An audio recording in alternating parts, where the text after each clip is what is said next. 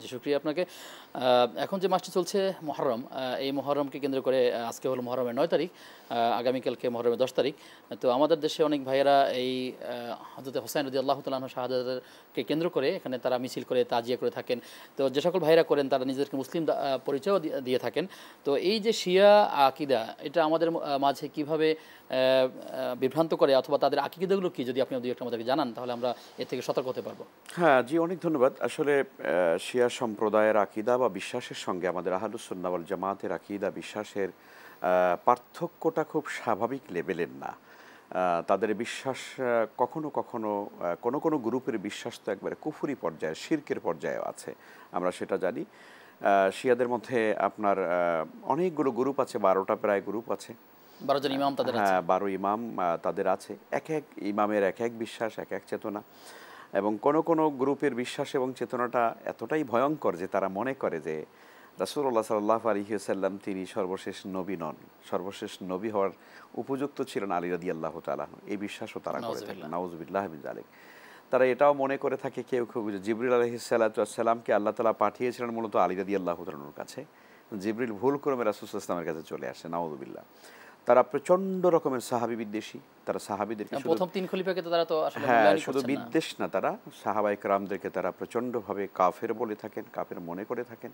খোলাফায়ে রাশিদুন যারা হযরত আবু বকর, হযরত ওমর, হযরতে ওসমান রাদিয়াল্লাহু তাআলা আনহুম আজমাইন, এদের উপরে তাদের যে বিষোদগার, এদের যে পুরো তাদের যে মানে মারাত্মক পর্যায়ের যে অভিযোগ, যেগুলো বিশ্বাস করা তো দূরে থাক, যেগুলো একজন মুসলিম মুখে উচ্চারণ করাও খুব ভয়ঙ্কর ব্যাপার, কঠিন। তো কাজেই শিয়াদের এই যে বিভ্রান্ত এবং তাদের কুফরি মতবাদ, এগুলো আসলে, তবে হ্যাঁ, এই ১২টি গ্রুপের মধ্যে সম্ভবত একটি, যতটুকু আমি অনেক আগে পড়েছিলাম, একটি গ্রুপ আছে জায়েদিয়া সম্ভবত। এই গ্রুপটির বিশ্বাস কিছুটা হলো একটু নমনীয় এবং আমাদের আহলুস সুন্নাহ ওয়াল জামাতের কিছুটা কাছাকাছি। এখন বর্তমান যারা ইরানের যারা শাসক আছেন বা ইরানের যারা শিয়া সম্প্রদায় আছে, এদের মধ্যেও তো সেই বিশ্বাস লালিত, তারা সেই বিশ্বাসকে লালন করে, অনেকেই সেই ধরনের শিরিক এবং কুফর লালন করে থাকে, যেগুলোর সাথে আহলুস সুন্নাহ ওয়াল জামাতের বিশ্বাসের কোনো সম্পর্ক নেই।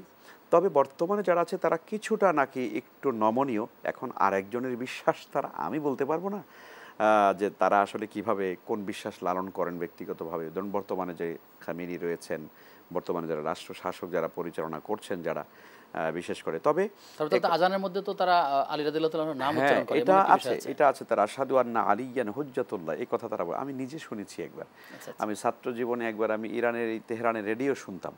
তো এই তেহরানের রেডিও গভীর রাতে একদিন শুনছি, তখন শুনলাম যে তারা আজানের সময় হয়েছে এবং আজানের মধ্যে তারা বলছে আশহাদু আন্না আলিয়ান হুজ্জাতুল্লাহ। তার মানে আজানের অংশ বানিয়েছে তারা এটাকে, অর্থাৎ আলী রাদিয়াল্লাহু এবং তাআলা তাদের আনহু। মসজিদগুলোতে যাওয়া তো প্রবেশ নিষেধাজ্ঞা অনেক জায়গায় আছে, যেমন আমাদের শিয়া শিয়া সেটার মসজিদ যেটা ব্যাপারে আছে। অবশ্য তারা বাধা দেয় না, বরং তারা এটাকে আরো লুফে নেয় কখনো কখনো। ইয়াং তরুণরা যদি তাদের মসজিদগুলোতে যায়, তাহলে তারা তাদেরকে বরং আরো মানে ইতিবাচকভাবে গ্রহণ করে এবং তাদের ভিতরে শিয়া মতবাদ তারা ঢুকিয়ে দেওয়ার চেষ্টা করে।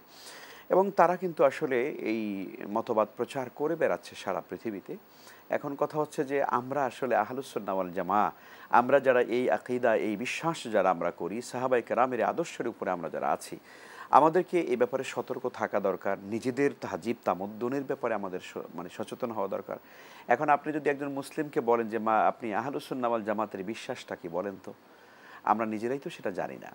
তো এই যে সূক্ষ্মভাবে যে আসলে অন্য মতবাদগুলো আমাদের ভিতরে ঢুকে যাচ্ছে, আপনি লক্ষ্য আমাদের করবেন ইমানকে যে, ক্ষতিগ্রস্ত করা হচ্ছে। আপনি লক্ষ্য করবেন যে ইদানিং মানে কিছুদিন আগেও আমরা দেখেছি যে আমাদের খুব পরিচিত এরকম দু একজন ভাই শিয়া হয়ে গেছে, খুব পরিচিত, নাউজুবিল্লাহ। খুব বাংলাদেশে একেবারে মানে প্রমিনেন্ট অনেক শিল্পী আছে, অনেক গায়ক টায়কও আছে, দেখবেন জি, জি। আপনি শিয়া হয়ে গেছে। তো এই যে আপনার মানে মনের অজান্তে এই বিশ্বাসগুলো কাজ করে, এখন এইটা থেকে নিজেকে বাঁচানোর জন্য এই জাতিকে, এই জেনারেশনকে আপনি যদি এই ধরনের কুফরি মতবাদ থেকে, বাতিল মতবাদ থেকে যদি বাঁচাতে চান, তাহলে আপনাকে তো ইসলামের বিশ্বাস আকীদাগুলো আমাদের ভিতরে প্র্যাকটিস হওয়া দরকার, তাই না? ইসলামী আকীদাগুলো আমরা কয়জনে বুঝি? আকীদা তো বুঝি না আমরা। এই জন্য আকীদার ব্যাপক চর্চা হওয়া দরকার এবং ইসলামী তাহজিব তামাদ্দুনগুলো আমাদের ভিতরে এটা পালন হওয়া দরকার। সেটি হলে পরে আমরা হয়তো অন্য জায়গা থেকে আমাদের এই প্রজন্মকে আমরা বাঁচাতে আল্লাহ সক্ষম। তাআলা আমাদেরকে জানার এবং বোঝার তৌফিক দান করুন।